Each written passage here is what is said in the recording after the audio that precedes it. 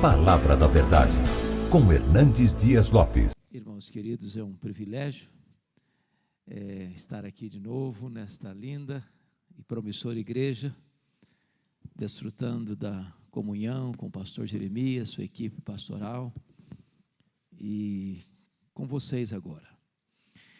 Eu quero partilhar com vocês o texto de Salmo 44, verso 1, e hoje eu não vou pregar um sermão. Hoje eu gostaria de rememorar com vocês alguns fatos da história. E esse Salmo 44, verso 1 diz assim: ouvimos, ó Deus, com os próprios ouvidos, nossos pais nos têm contado o que outrora fizeste em seus dias. Esse é um recurso pedagógico. De geração em geração, o que Deus fez precisa ser contado. Alguém já disse com muita razão que a história é nossa pedagoga, ou será nossa coveira. Quem não aprende com a história está fadado a repetir os seus erros. Um povo que não tem memória, não decifra o presente e não tem perspectiva para o futuro. Então eu gostaria hoje de fazer uma retrospectiva da história, para entendermos o preço que foi pago pelos nossos antepassados, para que o Evangelho chegasse até nós. E qual será o nosso compromisso com as futuras gerações? Vocês poderiam começar comigo a partir do período do cristianismo. E nós vemos em Atos, o primeiro livro da história da igreja, um esboço, aliás, uma promessa e um cronograma em Atos 1:8. A promessa é que a igreja seria revestida com o poder do Espírito Santo. E o cronograma de ação é que, revestido com o Espírito Santo, a igreja precisava avançar a partir de Jerusalém, alcançando a província da Judéia, ultrapassando a fronteira racial, alcançando Samaria e alargando as suas fronteiras para além dos limites de Israel até os confins da terra. O livro de Atos segue rigorosamente esse esboço traçado por Jesus. Porque Atos 1:7, o evangelho está na Judéia, mormente em Jerusalém. No capítulo 8, por meio de Filipe, o evangelho chega a Samaria, rompendo barreiras raciais, religiosas. No capítulo 9, você vê a conversão de Saulo, já fora do território de Israel, em Damasco. Emblematicamente, no capítulo 10, você tem a conversão de um romano, um homem que cuidava de uma centúria, de 100 soldados, o centurião Cornélio. Ele é um gentio. No capítulo 11, você já vê o evangelho alcançando a terceira maior cidade do mundo, Antioquia da Síria, e aquela igreja suplantando Jerusalém, tornando-se a mãe das missões estrangeiras, patrocinando o que nós chamaríamos das viagens missionárias de Paulo. Capítulos 13 e 14, a primeira viagem, alcançando a província da Galácia do Sul, Antioquia da Pisídia, Icônio, Derbe e Listra. No capítulo 15, acontece o concílio da igreja de Jerusalém para dirimir um problema doutrinário levantado pelos fariseus, de que se os gentios não se circuncidassem, eles não poderiam ser salvos, agregando à fé em Cristo um elemento a mais para a salvação, o que não era correto. E o concílio devolve a sobriedade teológica da igreja, dizendo que só a fé em Cristo é suficiente para a salvação. Nos capítulos 16, 17 e 18, nós temos a segunda viagem missionária, Paulo alcançando a província da Macedônia. quando ele passa por Filipos, que é uma cidade, uma colônia romana, Tessalônica, capital da Macedônia, passando por aquela cidade importantíssima, que ele define que aqueles crentes eram mais nobres do que os demais, porque eles tinham o cuidado de observar se o que estava escrito era de fato isso.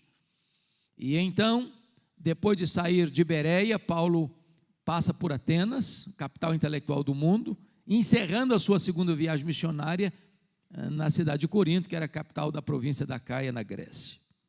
No capítulo 19 e 20, nós encontramos a terceira viagem. Paulo se dedica exclusivamente a Éfeso, que era uma grande metrópole, uma cidade com mais de 300 mil habitantes, e onde havia uma das 7 maravilhas do mundo antigo, o templo de Diana, e ali acontece, para mim, um dos maiores reavivamentos da história, porque acontece uma mudança radical na cidade. A idolatria recua, a feitiçaria recua, a palavra de Deus prevalece, e igrejas são plantadas na província: Esmirna, Pérgamo, Tiatira, Sardes, Filadélfia, Laodiceia, Colossos e Hierápolis. Então Paulo sai de Éfeso rumo a Jerusalém para levar uma oferta para os pobres da Judéia. Isto porque Atos 18:2 disse que no período de Cláudio, que foi 41 a 54, houve uma grande fome no mundo, e Paulo recolhe ofertas, uma vez que os judeus foram expulsos de Roma nesse período, recolhe uma oferta nas igrejas gentílicas das províncias da Galácia, Macedônia e Acaia, para levar para os pobres da Judéia. Nesta viagem, Paulo é preso. O propósito dele era visitar Roma e estar na igreja de Roma e ser enviado para a Espanha. Ele é preso, ele é trasladado para Cesareia Marítima, e ele fica sendo acusado ali durante 2 anos, e em virtude da transição de governo de Félix para Festo, Festo está prestes a entregar Paulo ao Sinédrio, e o Sinédrio queria matar Paulo, mesmo antes de chegar em Jerusalém. Paulo, percebendo a trama, opta por ser julgado em Roma, e então no capítulo 27 e 28, nós temos o relato desta viagem de Paulo para Roma, e o livro de Atos se encerra com Paulo em Roma, e o livro de Atos não é concluído, o livro fica sem conclusão, porque a história da igreja continua. Você e eu estamos como o quê? Escrevendo o capítulo 29 de Atos. A partir daí, cessa-se o relato bíblico da história, e nós temos que agora seguir por esse caminho de entendimento do que aconteceu após isso. Pois bem, então eu gostaria de dizer para vocês que começa a grande luta da igreja de perseguição a partir do ano 64, com o incêndio de Roma, né? A cidade de Roma, que era a mais populosa e poderosa cidade do mundo da época, com mais de 1 milhão de habitantes, é criminosamente incendiada no dia 17 de julho do ano 64. Foram 7 noites e 6 dias de incêndio. A culpa do incêndio de Roma cai nas costas dos cristãos, e começa um massacre sobre a igreja. Os crentes foram crucificados em Roma. Quando não tinha mais madeira para fazer cruz, eles eram cobertos de piche e amarrados nos postes e queimados vivos para iluminar as noites de Roma. Isso no ano 64. No ano 66 começa a guerra judaica, e essa guerra era uma guerra desproporcional, porque jamais uma província como Israel podia resistir à máquina pesada do Império Romano. Roma manda para lá o general Tito, a situação fica extremamente complicada, mas 2 anos depois, ano 68, o imperador Nero comete suicídio, depois de ser deposto pelo Senado romano. No ano 70, a situação em Israel está de fato incontornável, e o general Tito cerca, sitia Jerusalém, invade Jerusalém, cumprindo a profecia de Jesus, não ficaria pedra sobre pedra, e a cidade é arrasada, destruída. Os judeus são passados ao fio da espada. 3.000 judeus conseguem fugir para a fortaleza de Massada. Os demais que sobreviveram foram espalhados pelo mundo, na maior dispersão de todos os tempos, a maior diáspora de todos os tempos, desde o ano 70 a 14 de maio de 1948, quando Israel retorna ao seu território. Nesse mesmo ano 70, Vespasiano inaugura o Coliseu Romano, o Anfiteatro da Morte. E numa festa de 100 dias de inauguração, 10.000 crentes foram mortos com requintes de crueldade. Eles eram enrolados em peles de animais e jogados na arena para os cães morderem, para os touros pisarem e para os leões esfaimados da Líbia devorarem. Pois bem, nesse período, vale destacar que no ano 81, assume o governo de Roma Domiciano. Domiciano recebe um epíteto, um apelido, um adjetivo de segundo Nero, ou Nero redivivo, pela maneira implacável como ele perseguiu os cristãos. Foi ele quem deportou o apóstolo João, o último apóstolo sobrevivente, porque todos os outros já estavam mortos, e mortos pelo viés do martírio, para uma colônia penal, uma ilha vulcânica, a ilha de Patmos, pensando ele calar a voz do último apóstolo, ou deixá-lo morrer na solidão daquela ilha. Mas, como é Deus que está no trono, aquilo que parecia ser o desastre maior, foi a mais evidente e clara manifestação de que Deus vira a mesa da história. Porque quando todas as portas se fecharam para João na terra, Deus abriu para João a porta no céu. E disse: sobe para aqui, e eu te mostrarei não as coisas que talvez aconteçam, não as coisas que podem acontecer, mas eu te mostrarei as coisas que devem acontecer. Então Deus escreve a história antes dela acontecer. Deus está lá no futuro. E o final já está decidido. É a vitória de Cristo e da sua igreja.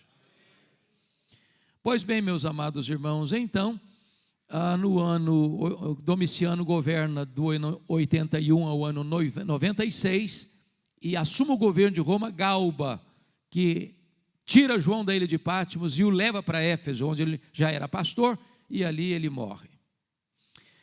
A partir daí nós temos vários imperadores que nessa mesma esteira continuam perseguindo a igreja. Eu vou citar apenas alguns para não cansar vocês.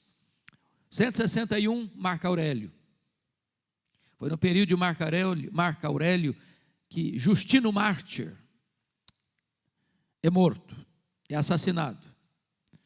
Você tem no século XIII o Sétimo Severo, e é no governo de Sétimo Severo que uma mulher da nobreza chamada Perpétua é martirizada. E os seus algozes, quando estavam afligindo Perpétua, ela disse para eles: viva, eu vencerei vocês; morta, vencerei ainda mais. O cristão não é derrotado. É por isso que Apocalipse 12, 11 diz que os cristãos venceram o diabo pela palavra do testemunho e pelo sangue do Cordeiro. Quando um crente morre, ele não está sendo derrotado, ele é vitorioso, se morre pela sua fé em Cristo Jesus. Mais tarde vem o governo de Décio, 249 a 251, e Décio vai se tornar o mais terrível perseguidor até então, porque ele não queria mártires, ele queria apóstatas. Ele entende que a única maneira do Império Romano sobreviver era todos os cristãos abandonarem a sua fé em Deus e em Cristo e retornarem aos deuses de Roma. Porque os cristãos não se dobraram, o morticínio foi geral e implacável. Mas pior do que Décio é Diocleciano, que começa a reinar em 303, porque Diocleciano fez duas coisas. Ele mandou queimar os livros cristãos e ele mandou prender os líderes cristãos, de uma maneira crudelíssima, nas pedreiras, de onde as pessoas saíam leprosas ou para o martírio. E também Diocleciano implementou a mais ampla perseguição aos cristãos. Novamente, quando tudo parecia cinzento demais, desesperador demais, logo em seguida entra o imperador Constantino, e Constantino vai ter uma espécie de visão, numa batalha que estava travando, e nessa visão ele enxerga uma cruz, e uma expressão veio para ele: com esse sinal vencerás. E ele venceu aquela guerra, E então Constantino cessa a perseguição, e no Edito de Milão, o cristianismo, até então massacrado, passa a se tornar a religião oficial do Império Romano. Deus é especialista em virar a mesa da história. O fato do cristianismo tornar-se a religião oficial do Império Romano foi bom e ruim. Bom, primeiro, porque os cristãos não são mais perseguidos, não são mais mortos, não precisam ficar, como em Roma, nas cavernas, nas catacumbas de Roma. Não precisam mais ser queimados vivos nem jogados às feras. Bom, porque os bens dos cristãos que foram confiscados agora são devolvidos. Bom, porque os cristãos que não podiam se reunir publicamente agora têm templos construídos e eles podem livremente adorar a Deus. Bom, porque agora ser cristão não é mais enfrentar a fúria do Estado, mas é receber as benesses do Estado. Ruim. O que foi ruim? Ruim porque a porta de entrada da igreja deixou de ser a conversão para ser a conveniência. Agora ser cristão não corre esse risco mais. Ao contrário, é aplaudido pelo Estado.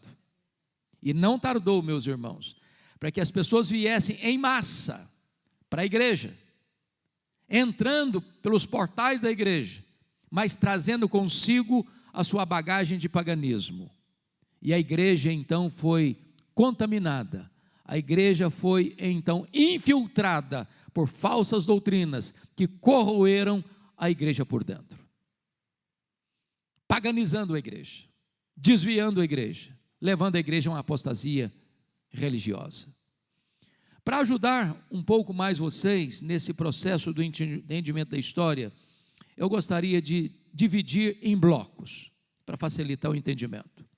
O primeiro bloco eu chamaria do 1º ao 5º século, o período dos pais da igreja, o período da patrologia. E nesse período, do 1º ao 5º século, uma doutrina foi muito atacada. Qual doutrina? A doutrina cristológica. Por quê? Por influência do pensamento grego. Então vocês devem se lembrar que mesmo no período de Constantino, um presbítero lá de Alexandria, segunda maior cidade do mundo no Egito, chamado Ário, começou a espalhar que Jesus Cristo não era Deus, da mesma essência de Deus, coigual, coeterno e consubstancial com o Pai. Então Constantino convoca um concílio geral da igreja em Niceia em 325, e Atanásio, campeão da ortodoxia, refuta as teses de Ário e finca uma estaca sólida da ortodoxia, mostrando que Jesus Cristo é Deus de Deus, luz de luz, coigual, coeterno e consubstancial com o Pai. Defende-se ali a doutrina da divindade de Cristo. Porém, em 381, é preciso convocar um outro concílio, o chamado concílio de Constantinopla, agora para equilibrar as coisas, porque quando se dá muita ênfase numa doutrina em detrimento da outra, a coisa se destoa. E então é preciso agora afirmar com clareza a doutrina da perfeita humanidade de Jesus. Ele é Deus, verdadeiramente Deus, mas ele é homem, verdadeiramente homem.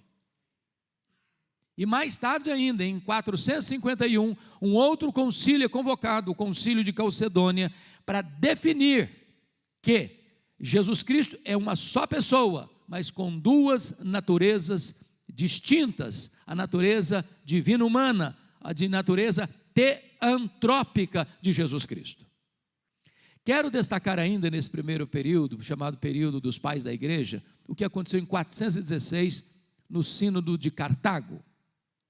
Isso porque um homem chamado Pelágio começou a pregar que hoje o homem é tão livre quanto Adão o era antes da queda, que a queda não atingiu a raça humana, que o homem é livre, o homem tem o poder nas suas mãos, para fazer as suas escolhas, e é nesse sínodo de Cartago, que o maior expoente dos pais da igreja, Aurélio Agostinho, chamado também de Agostinho de Hipona, vai refutar as teses de Pelágio, e mostrar que quando o homem caiu, Quando Adão caiu, toda a raça caiu em Adão, conforme Paulo escreve em Romanos capítulo 5, versículo 12.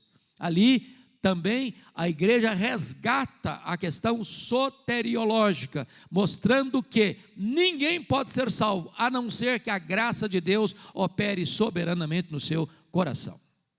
Cessamos aqui esse primeiro período. Gostaria que vocês me acompanhassem agora no segundo bloco, que eu chamo de Idade Média, ou Escolástica, ou Idade das Trevas. Pois bem, como a igreja começou a se corromper, a igreja primeira não era presbiteriana, não era batista, não era Assembleia de Deus, não era metodista, não era luterana. A igreja não tinha placa, era a igreja cristã. Igreja cristã. O que acontece? É que as 5 principais cidades do mundo, os bispos dessas igrejas começam, por causa da contaminação da igreja, disputar hegemonia, quem tem mais força, quem tem mais poder. Então, 5 bispos das 5 principais cidades começam a disputar isso. Roma, no ocidente, Constantinopla, no oriente, Alexandria, no Egito, Antioquia da Síria e Jerusalém. Agora preste atenção. No ano 604, o imperador romano Focas nomeia Gregório I, então bispo de Roma, como bispo universal da igreja. Gregório I respondeu para o imperador: eu não posso aceitar esse título. Esse título só cabe numa pessoa, Jesus Cristo. Qualquer bispo da terra que aceitar o título de bispo universal da igreja é um anticristo. Ele rejeitou o título, 604. Mas em 607, o mesmo imperador Focas nomeia Bonifácio III, bispo de Roma, como bispo universal, e ele aceita o título, começando então a instituição do papado. E aí você tem uma pergunta a fazer. Bom, mas como é que é esse negócio? O papado só começou em 607? E a lista de papas que eu tenho em livros de história, começando com Pedro? Como é que fica? Me permita dizer isso. Houve um documento na França, no século VIII, chamado As Falsas Decretais de Isidoro. O maior embuste literário, talvez, da humanidade. Se vocês quiserem conhecer um pouco mais, recomendo a leitura do livro O Papa e o Concílio, de Janus, cujo prefácio, escrito por Rui Barbosa, o grande tribuno brasileiro, que escreveu o prefácio é 70% da obra. Eu nunca vi nada igual. 70% da obra é o prefácio. E Rui Barbosa desbanca de maneira contundente esse documento falso, chamado As Falsas Decretais de Isidoro, mostrando que foi o grande embuste literário, porque esse documento tentou dar legitimidade ao papado, recuando-o a Pedro, como se Pedro fosse o primeiro papa e todo papa fosse sucessor legítimo de Pedro. O papado começa aqui, em 607. E o que acontece a partir daí? A igreja começa a se corromper, até porque a posição do papa como bispo universal é gravíssimo à luz da Bíblia e da teologia. Primeiro, porque o Papa usurpa o lugar de Deus Pai. Mateus 23, 9 diz que a ninguém na terra chameis vosso Pai, no sentido de origem espiritual. Você tem seu pai biológico, mas pai espiritual é Deus. O Papa ocupa essa posição. Está usurpando essa posição. Mas o Papa usurpa a posição do Filho. Quando o Papa assume para si o título de vicários, na verdade, de pedra fundamental da igreja. A pedra fundamental da igreja não é Pedro, não é Paulo, não é Papa, é Cristo. Quando ele define que ele é o sumo pontífice, essa é uma palavra latina, sumo pontífice. A palavra pontífice significa literalmente construtor de pontes. Sumo pontífice significa o supremo mediador, Então, quando o Papa se coloca na posição de supremo mediador, ele está ocupando o lugar de Cristo, porque a Bíblia diz em 1 Timóteo 2,5 que há um só Deus e um só mediador entre Deus e os homens, que é Cristo Jesus, homem. Então, não se pode ocupar essa posição sem usurpar o lugar exclusivo de Cristo. Mas o Papa também usurpa o lugar do Espírito Santo, porque ele se arroga como vicarius filii Dei. E o que significa vicarius filii Dei? É uma palavra latina, substituto do Filho de Deus. E quando Jesus Cristo voltou para o céu, ele disse que enviaria o outro Consolador. Então o vicarius filii Dei não é o Papa, é o Espírito Santo. Então a figura papal é tão complexa, porque ela usurpa o papel, a posição do Pai, do Filho e do Espírito Santo. É por isso que todos os reformadores e todas as confissões que vieram na esteira da reforma consideraram o Papa um anticristo. Pois bem, a igreja, nesse período da Idade Média, vai se fortalecer em dois aspectos. Primeiro, politicamente. Segundo, economicamente. A igreja se tornou a dona do mundo, ela depunha reis, ela colocava reis no trono, e ela era a dona do mundo no sentido pleno, porque a economia estava nas suas mãos. E a igreja começa então a se corromper. E dogmas foram entrando para dentro da igreja, sem qualquer base nas Escrituras. Por exemplo, o dogma de Maria. Maria como mãe de Deus, Maria como imaculada, Maria como mediadora, Maria como corredentora, Maria como ressurreta, Maria como assunta aos céus, Maria ocupando a posição de rainha dos céus. Nós honramos Maria, amamos Maria, respeitamos Maria, imitamos e buscamos imitar o exemplo de Maria, mas não honra Maria quem faz afirmações sobre ela que não tem amparo nas Escrituras. Como o dogma, por exemplo, da transubstanciação, como o dogma da confissão auricular, como o dogma, por exemplo, do culto às imagens, das relíquias, do purgatório, da salvação pelas obras, da tradição no mesmo nível das Escrituras, da infalibilidade papal, e muitas outras doutrinas ou dogmas foram inseridos dentro da igreja, e a igreja vai se distanciando das Escrituras. O que é que acontece? É muito importante entender isso aqui, irmãos. Deus é o Senhor da história, e entender isso para nós é muito importante. E quando você pensa que a coisa está perdida, confusa, Deus cria um fato novo. E qual foi o fato novo que Deus criou? Um movimento cultural, nos séculos 14 e 15, no norte da Itália, chamado de Renascença. A Renascença mexeu em 5 áreas vitais do mundo da época. Primeiro, no mundo econômico. A economia estava nas mãos da igreja. Cria-se uma nova classe social na Europa, a burguesia, com as viagens intercontinentais, viagem às Índias, descoberta da América, descoberta do Brasil. O poder econômico saiu das mãos da igreja. Rompeu-se essa subserviência. Segundo, as artes estavam nas mãos da igreja. Nenhum pintor ou escultor podia produzir nada que não tivesse o viés da igreja. Até que Miguel Ângelo, Leonardo da Vinci, vão trabalhar a arte e tirar isso do viés e do domínio, do comando da igreja.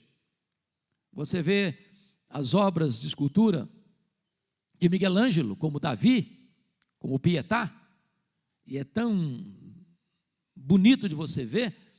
Quando ele terminou a escultura de Davi, parecia que Davi estava vivo, e ele bateu com o cinzel no joelho do Davi, escultura, e diz: fala.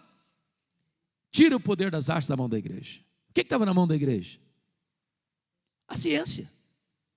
A igreja que dizia o que era verdade científica e o que não era. Até que Nicolau Copérnico vai fazer uma afirmação contundente, a afirmação de que o mundo não era geocêntrico, mas heliocêntrico, ou seja, a Terra não é o centro, mas o Sol, a Terra gira ao redor do Sol. Ele jamais teve coragem de declarar publicamente a sua convicção, só no final da vida, mas o seu discípulo, Galileu Galilei, vai fazer essa afirmação em público e vai ser preso pela igreja. E então a Inquisição romana diz: você nega que a terra gira ao redor do sol, ele disse, eu nego, mas que gira, gira.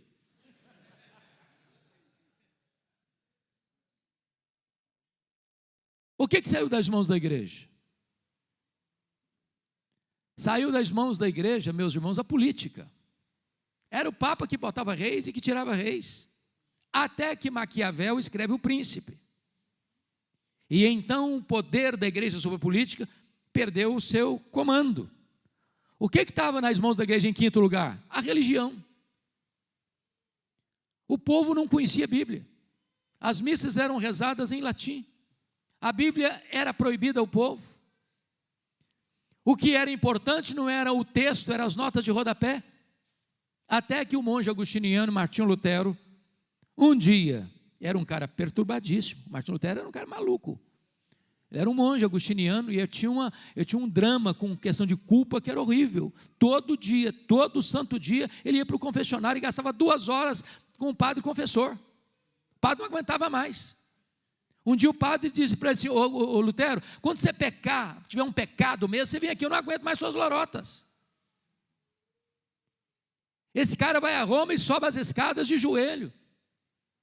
Até o dia que põe os olhos em Romanos 1,17. O justo viverá pela fé. As algemas caíram, as vendas caíram, e ele então entende a graça de Deus, a salvação em Cristo Jesus.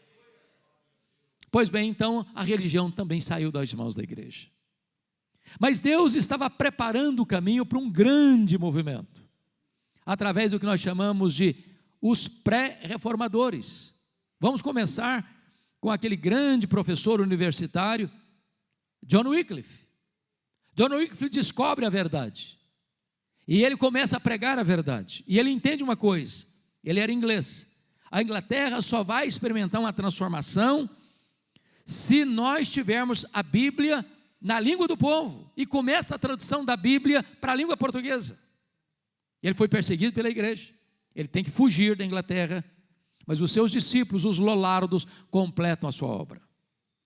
Meus irmãos, é impensável que hoje, países chamados cristãos, que nasceram sob o berço do protestantismo, hoje estejam negando o acesso à Bíblia nas escolas, nas universidades e nas bibliotecas. É impensável que hoje haja uma ordem para que a Bíblia não chegue às bibliotecas públicas. Isso é obscurantismo. John Wycliffe entendeu isso lá naquela época. Vamos dar a Bíblia para o povo e botar na língua do povo. Pois bem, um discípulo dele na Boêmia, John Huss, convertido a Cristo, começa a pregar na Boêmia com muito vigor, com muito poder. Roma o prendeu, exigindo retratação dele, e ele não se retratou, e ele foi queimado em praça pública.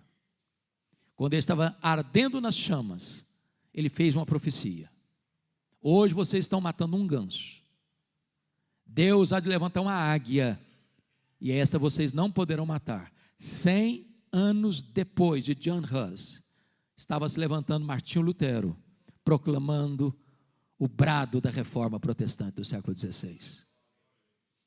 Deus levantou nas barbas de Roma, em Florença, Jerônimo Savonarola, que pregava com tanta ousadia e poder, que a cidade foi sendo impactada e transformada pela pregação de Jerônimo Savonarola, porque ele não recuou, e porque não se retratou da pregação evangélica dele, ele foi também martirizado pela Inquisição Romana.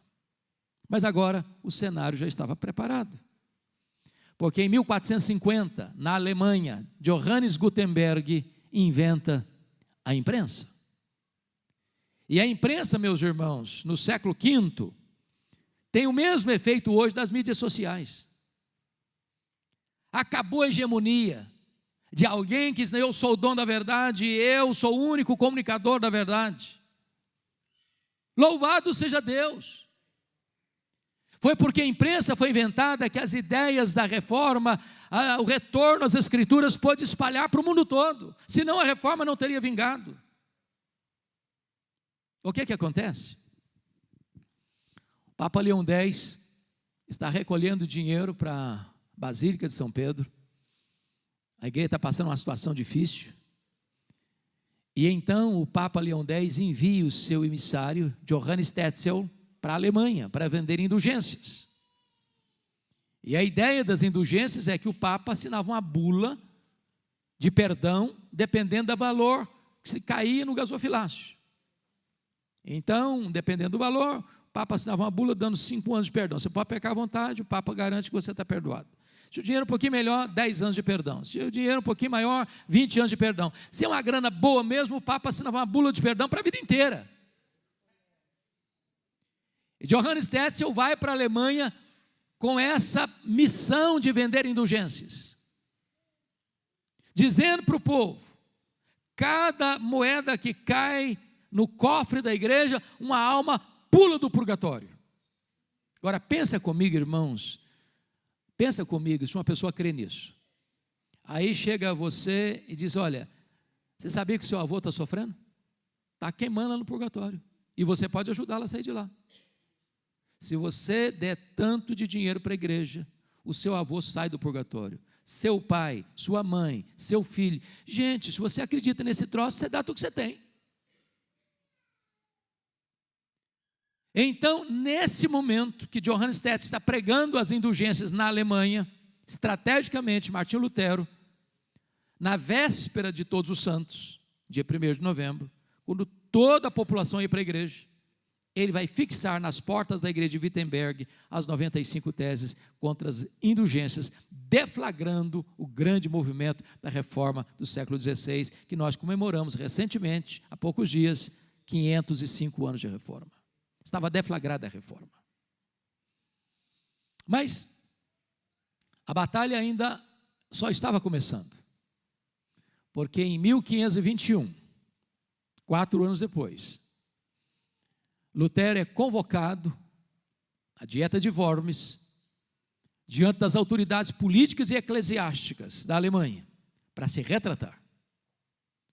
E ele sabia que, se não se retratasse, o risco dele morrer era iminente. E ele vai para aquela grande dieta. O clima é pesado, seus livros estão sobre uma mesa.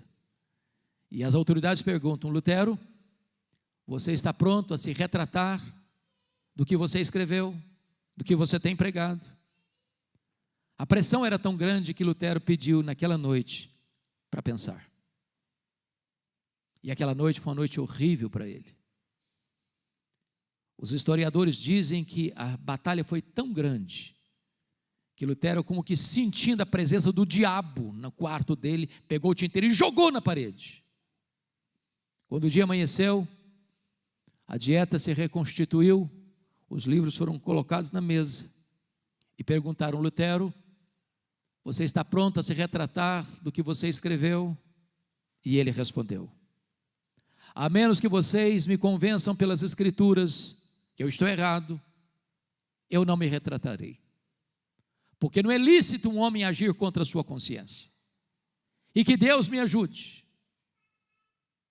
E saiu daquela dieta e foi raptado na estrada, não por inimigos, mas por aliados, que o levaram para um castelo, onde durante anos ele se empenhou na tradução da Bíblia para o alemão, obra que influenciou inclusive a gramática alemã. É claro que Deus levantou outros instrumentos maravilhosos para fortalecer e consolidar a reforma, como o jovem francês João Calvino, que foi uma espécie de cérebro da reforma, o sistematizador das doutrinas da reforma, humanista, inteligente, brilhante, converteu-se muito jovem e escreve a obra mais importante daquele período, as Institutas da Religião Cristã, fazendo uma exposição do credo apostólico, dividido em 4 livros: creio em Deus Pai, creio em Deus Filho, creio em Deus Espírito Santo, creio na igreja. Obra até hoje praticamente insuperável no que tange à teologia sistemática. Calvino estava fugindo da perseguição na França, passando por Genebra, onde Guilherme Farel era pastor. Guilherme Farel era pastor, mas não era um apologeta. E Farel disse: Calvino, Você precisa me ajudar, você precisa ficar aqui comigo. Ele disse: eu não vou ficar, eu não posso ficar, eu não quero me prender a uma igreja, eu não quero ser pastor, eu quero ajudar a igreja no que tange ao aspecto mais apologético. E Farel disse: ou você fica, ou eu farei uma oração imprecatória para Deus amaldiçoar a sua vida. Ele disse: bom, então eu fico. E começou a pregar. Calvino era um camarada que, ao pregar, pregava 1 hora sem nenhum esboço. Se pregava no Velho Testamento, lia direto no hebraico. Se pregava no Novo Testamento, lia direto no grego. E ele, ao pregar de maneira incisiva, de maneira expositiva, chegou o momento que a igreja diz: não queremos que você fique aqui. Expulsaram Calvino e Farel de Genebra. Eles têm que mudar para Estrasburgo e ficam lá durante 3 anos, onde ele se casa com a Idalete. E Genebra se corrompe ao extremo. E ele fica lá de 1538 a 1541. E então a liderança de Genebra pede: Calvino, volte por favor. E ele fez exigência para voltar. Aceitaram as exigências. E ele chega de novo em Genebra em 1541. E ao subir ao púlpito perguntou: onde mesmo nós paramos? E exatamente onde ele parou há 3 anos, ele retoma a pregação. E fica ali até 1564, quando morre. Calvino vai criar a academia. Calvino vai criar uma escola para formar missionários e enviá-los para o mundo todo. Calvino vai ser um instrumento que Deus vai usar para responder às grandes questões teológicas e doutrinárias da igreja, não só em Genebra, mas na Europa toda. Calvino enviou missionários, inclusive para o Brasil, 14 missionários, a pedido de Villegagnon. O que aconteceu com esses missionários? Foram traídos, e todos eles mortos, inclusive o último, que foi morto pelo chamado padre José de Anchieta. Deus levantou outros instrumentos, como Beza, como John Knox, como Zwinglio, como Martin Bucer e muitos outros. Mas eu gostaria de mostrar algo, irmãos. Em face da reforma, vem o chamado Concílio contra a Reforma, que é o Concílio de Trento. E foi no Concílio de Trento que foi introduzido os chamados livros apócrifos. Porque esses livros, embora históricos, não tinham peso da inspiração. Tanto é fato que o segundo livro dos Macabeus, ao encerrar o seu relato, pede desculpa aos leitores se o que ele escreveu não for bem exatamente isso que aconteceu, provando que não é de forma nenhuma um texto inspirado. Porque esses textos, de certa forma, davam um certo apoio às doutrinas, aos dogmas que estavam sendo combatidos pela reforma. Mas me permita agora trazer a vocês algumas informações do que está acontecendo no mundo depois da reforma. Então vá comigo, por favor, um pouquinho para a França, 1559. Quem governa na França? Catarina de Médicis. Essa mulher vai impor, irmãos, prestem atenção nisso, uma das mais perversas perseguições à igreja, de uma forma traidora. Todos vocês já leram e sabem do que aconteceu na chamada Noite de São Bartolomeu, 24 de agosto de 1572. 70 mil crentes da França, chamados na época de huguenotes, foram mortos traiçoeiramente, numa única noite, sob os aplausos do Papa da época e do rei Filipe da Espanha, que era genro dela. Um banho de sangue. Por que eu estou lhes dizendo isso, irmãos? Porque às vezes nós não paramos para pensar o preço que foi pago para que o evangelho chegasse até nós. Há alguns anos eu estava aqui em Belo Horizonte, pregando numa igreja, não me lembro qual igreja, e uma jovem me procurou e disse: pastor, eu vou deixar a igreja. Eu falei: vai, minha filha, vou. Eu falei: mas por quê? É porque eu quero uma igreja que me empolgue, eu quero uma igreja que tem história para meu coração ficar encantado. E eu perguntei para ela: você conhece a história da igreja? Eu não conheço. Eu falei: mas como assim? Então senta aí que eu vou te contar um pouquinho. Eu tinha tempo, gastei 2 horas com ela. Quando eu terminei, essa menina estava com os olhos marejados de lágrimas e as lágrimas correndo no seu rosto. E ela me disse uma frase que eu nunca mais vou esquecer. Ela disse: pastor, é impossível você amar aquilo que você não conhece. Se você não conhece a história da igreja, você não valoriza o legado que você recebeu. Mas vamos comigo para a Alemanha. A chamada Guerra dos 30 Anos, 1618 a 1648, uma guerra incitada pelo Papa e pelos jesuítas, onde milhões de pessoas morreram. Mas vamos comigo um pouquinho agora para a França. 1534, Henrique VIII rompe com o catolicismo, não por convicções doutrinárias, mas por interesses pessoais, conveniências pessoais. Ele queria se divorciar da sua mulher e casar-se com Ana Bolena. O problema não era tanto uma questão de promiscuidade, é que ele queria um filho, um homem, para herdar o trono. E ele estava convencido que a sua mulher não lhe dava um filho. Então o Papa não lhe deu permissão para se divorciar, e rompeu com a igreja, criou a igreja anglicana, passou a ser chefe da igreja e chefe de Estado.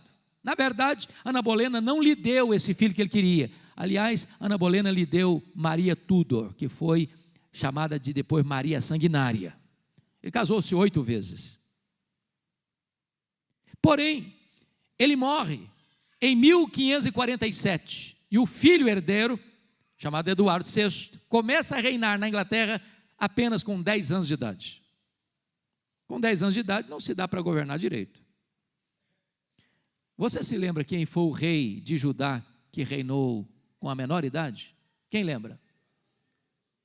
Quem lembra? Josias. Foi ele mesmo? Foi Joás. Com 7 anos. Josias começou a reinar com 8. Quem era o tutor de Joás? Joiada. Enquanto Joiada era o tutor de Joás, ele foi muito bem no governo. Joiada morreu, o cara se descambou. O que acontece então? Os líderes da Inglaterra, Ridley, Latimer e Cranmer, entenderam que agora a Inglaterra iria experimentar uma grande mudança, uma grande transformação, a reforma se estabeleceria na Inglaterra. Mas quis a providência carrancuda que Eduardo VI morresse precocemente. 6 anos depois, com 16 anos de idade, 1553. Quem assume o governo da Inglaterra? Maria Tudor, filha de Henrique VIII, com Ana Bolena, chamada de Maria Sanguinária.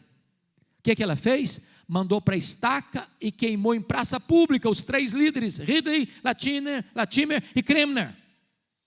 Os que não puderam escapar os que puderam escapar das suas mãos fugiram para o continente. Para onde? Para a Alemanha, para a Holanda, para Genebra, onde a reforma já estava estabelecida. Bom, quis agora a providência boa de Deus. Desculpem das brincadeiras às vezes. É que Maria Tudor morreu cedo. 1558. 5 anos de governo apenas. Quem assume o governo? Elizabeth, também chamada de Isabel, num longo governo, de 1558 a 1603. Primeiro ato do governo de Elizabeth foi decretar a volta dos foragidos para a Inglaterra. Bom, tendo eles estado lá em contato com a reforma, ao retornarem para a Inglaterra, retornaram fazendo 4 exigências para a igreja. Nós queremos uma igreja com teologia pura, com liturgia pura, com governo puro, com vida pura, e desencadearam na Inglaterra o mais importante movimento de reforma e reavivamento da história da Inglaterra, o movimento dos puritanos, que legou à igreja a maior biblioteca teológica da história da humanidade. Em outras palavras, Maria Tudor não sabia, mas Deus a havia constituído em presidente das missões estrangeiras da Inglaterra. Porque quando ela pensou que estava destruindo a igreja, ela estava promovendo a igreja. Sabe por quê? As portas do inferno não podem prevalecer contra a igreja de Deus. Louvado seja o Senhor. Pois bem, me permita agora entrar um pouco o que vai acontecer depois disso. porque vocês bem sabem que quando há uma guerra, uma tensão muito grande, parece que o Brasil está vivendo um pouquinho de tensão, só um pouquinho, né? Corre-se o grande risco, irmãos, das lutas darem uma engessada na alma, sabia? A gente fica duro demais, cáustico demais. E não tardou para que na Alemanha a ortodoxia ficasse ossificada. Até que em 1723, dia 23 de setembro de 1723, um homem chamado Ludwig von Zinzendorf começasse uma reunião de oração na Alemanha, que durou 100 anos, ininterruptos, desencadeando num grande movimento de avivamento e missões, a ponto dos moravianos, esse momento foi chamado de movimento moraviano, os moravianos mesmo sendo pobres, cada 18 moravianos sustentavam um missionário fora da Alemanha. Alguns deles, pobres, não tendo dinheiro para investir na obra missionária, se vendiam como escravos, para comprar passagem de ida, para os povos mais longínquos, para passar o resto dos seus dias entre esses povos, levando a eles a esperança do Evangelho. Deus é maravilhoso. Mas aí, queridos irmãos, surge também, louvado seja Deus, o movimento das missões estrangeiras, as missões mundiais. William Carey, Hudson Taylor, David Livingstone. E o Evangelho agora começa a se espalhar para os continentes. Mas existe um contraponto muito triste. Vocês se lembram que no século XVII surge na França o chamado racionalismo. E talvez nós poderíamos sintetizar o pensamento do racionalismo na frase de René Descartes, filósofo francês: cogito ergo sum, penso, logo existo. Qual é o pensamento central dessa ideia? Eu só posso aceitar como verdade o que a minha razão consegue explicar. Agora, joga o pensamento racionalista na teologia. A nossa fé não é irracional. A nossa fé é racional. A nossa fé é supra-racional. Chega um momento que você não explica, mas você crê. Por exemplo, me explica racionalmente que do nada Deus criou o universo, sem matéria pré-existente. Me explica que moléculas de água se transformam em moléculas de vinho. Me explica racionalmente que o mar se abre e o povo passa a pé enxuto. Ah, mas é esse fenômeno. Bom, mas como é que só foi o fenômeno para abrir para o povo de Israel, mas na hora que entrou os soldados egípcios, o negócio fechou? Me explica como é que um cego de nascença enxerga. Me explica racionalmente como é que um morto ressuscita. Milagres não se explicam racionalmente, milagres se crê. Se você tira o sobrenatural da Bíblia, a Bíblia deixa de ser Bíblia. Então, como fruto do racionalismo, vem também na esteira o iluminismo. E o iluminismo foi uma onda de ateísmo que varreu não só a França, varreu a Europa. E na esteira do racionalismo e do iluminismo veio o que nós chamamos hoje de liberalismo teológico. Movimento da alta crítica na Alemanha. Agora eu olho para a Bíblia, não numa leitura gramática histórica, mas numa visão crítico-literária. Em outras palavras, bom, os milagres não foram milagres, foram aquilo que os discípulos creram acerca do que Jesus fez. Mas Jesus não fez, eles creram assim, por isso está registrado isso. Então, Rudolf Bultmann diz, vamos demitologizar o Novo Testamento, vamos tirar isso, é mito, é mito, é mito, é mito, é mito. Aí o cara chega, não. Gênesis 1, 2 e 3 não é literal não, gente, isso aí é uma metáfora, dizem eles. Adão e Eva nunca existiram. Você acredita até hoje que uma serpente apareceu no jardim do Éden? Ah, você em pleno século XXI, estudou numa universidade de ponta, você crê nisso? Você crê que Deus fez um boneco de barro e soprou nesse boneco, esse boneco virou homem? Você acredita nisso em pleno século XXI? Diz os teólogos liberais. Não, você não pode acreditar nisso não. Aí vem outros assim, mais mansos, mais lisos. Diz, não, o negócio é o seguinte, Deus criou sim. Vamos pensar, Deus criou. Agora, Deus criou por intermédio do processo da evolução. É o chamado evolucionismo teísta, que, preste atenção, é um engodo. Você vai cair mais hoje, mais amanhã, nos braços do evolucionismo, do darwinismo. Então, irmãos, o que aconteceu? O liberalismo matou a igreja onde chegou. No dia 31 de outubro de 2017, exatamente quando nós comemorávamos 500 anos, eu estava lá na Alemanha, em Wittenberg. E eu confesso a vocês que eu fiquei muito triste. E todos vocês sabem disso. A Europa hoje é um continente pós-cristão. Onde o liberalismo chegou, ele matou a igreja. Não tem antídoto contra o liberalismo. No dia que uma igreja subscreve o liberalismo, ela assina o seu atestado de óbito. Agora preste atenção, o liberalismo não começa nos bancos da igreja. O liberalismo começa nos seminários. Dos seminários descem para os púlpitos, e dos púlpitos matam as igrejas. Um professor liberal num seminário, ele presta um grande desserviço ao reino. Ele é um ácido mortífero. E não só, meus irmãos, na Europa, não. O liberalismo está matando as igrejas na América do Norte. Todas as grandes denominações históricas, fermentadas pelo liberalismo, estão minguando, murchando, desidratando. Mas o liberalismo não ficou só lá não, chegou no Brasil. Nós temos hoje denominações inteiras tomadas pelo liberalismo, que estão murchando. Nós temos seminários teológicos no Brasil, que os professores não acreditam mais que a Bíblia é a palavra de Deus, inspirada, inerrante, infalível. Isso é um alerta para nós.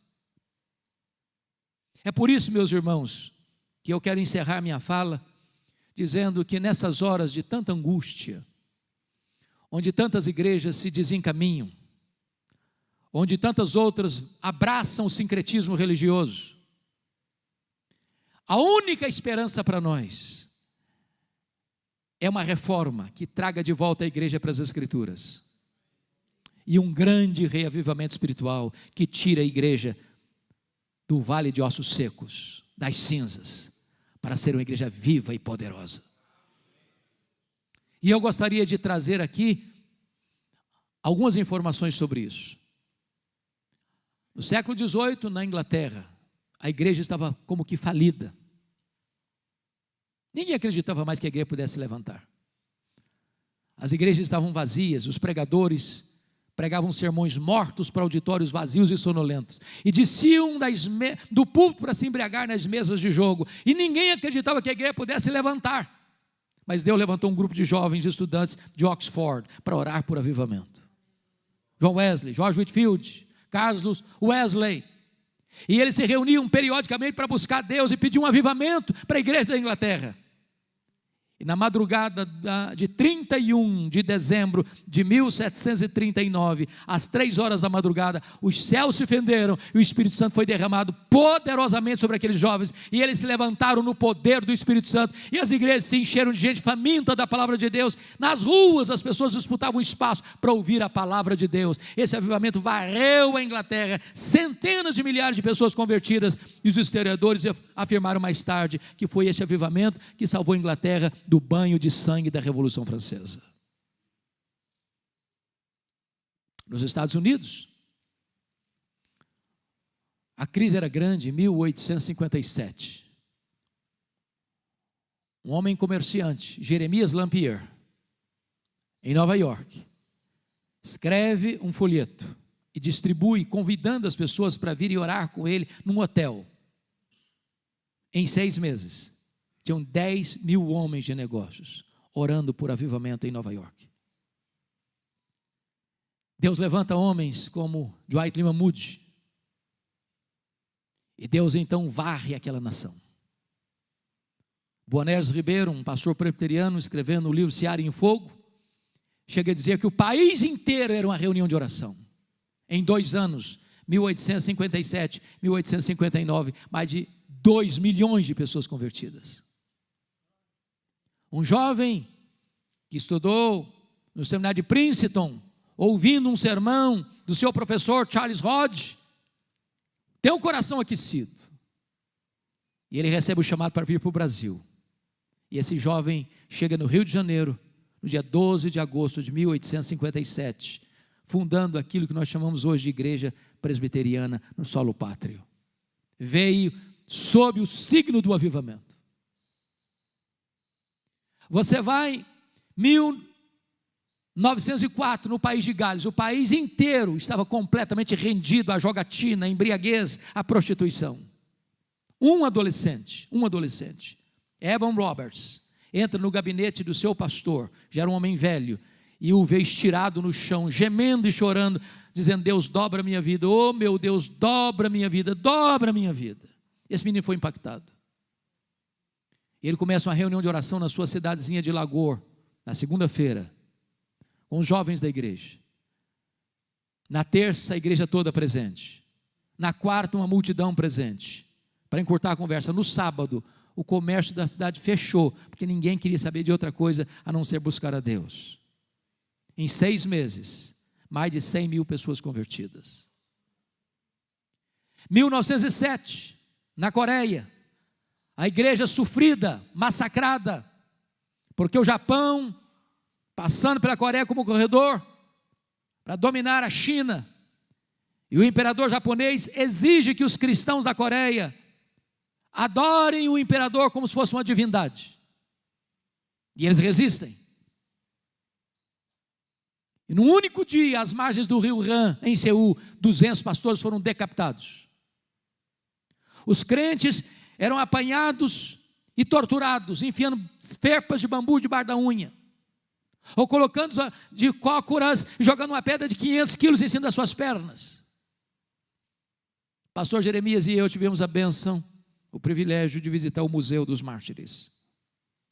E o que eu achei interessante lá é que todos os quadros dos mártires têm a mesma moldura, nenhum destaque para este, para aquele ou para aquele outro.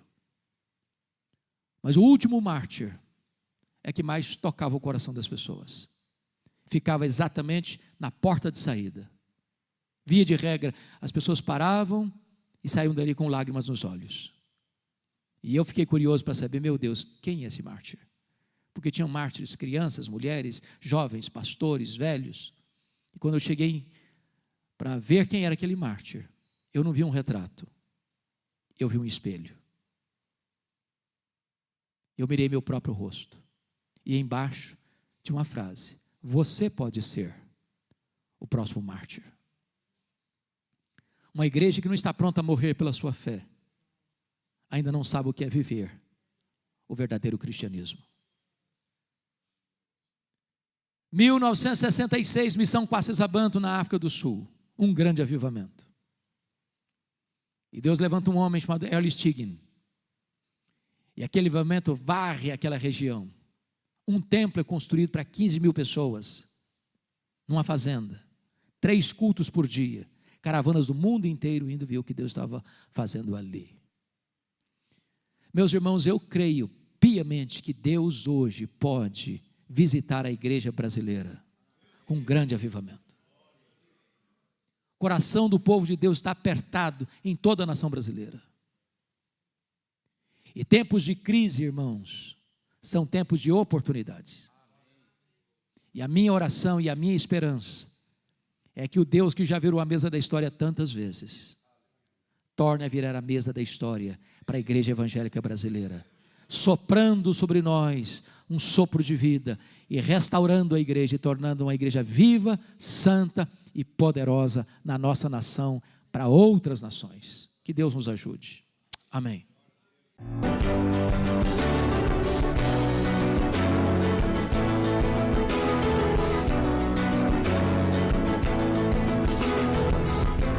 Palavra da Verdade, com Hernandes Dias Lopes.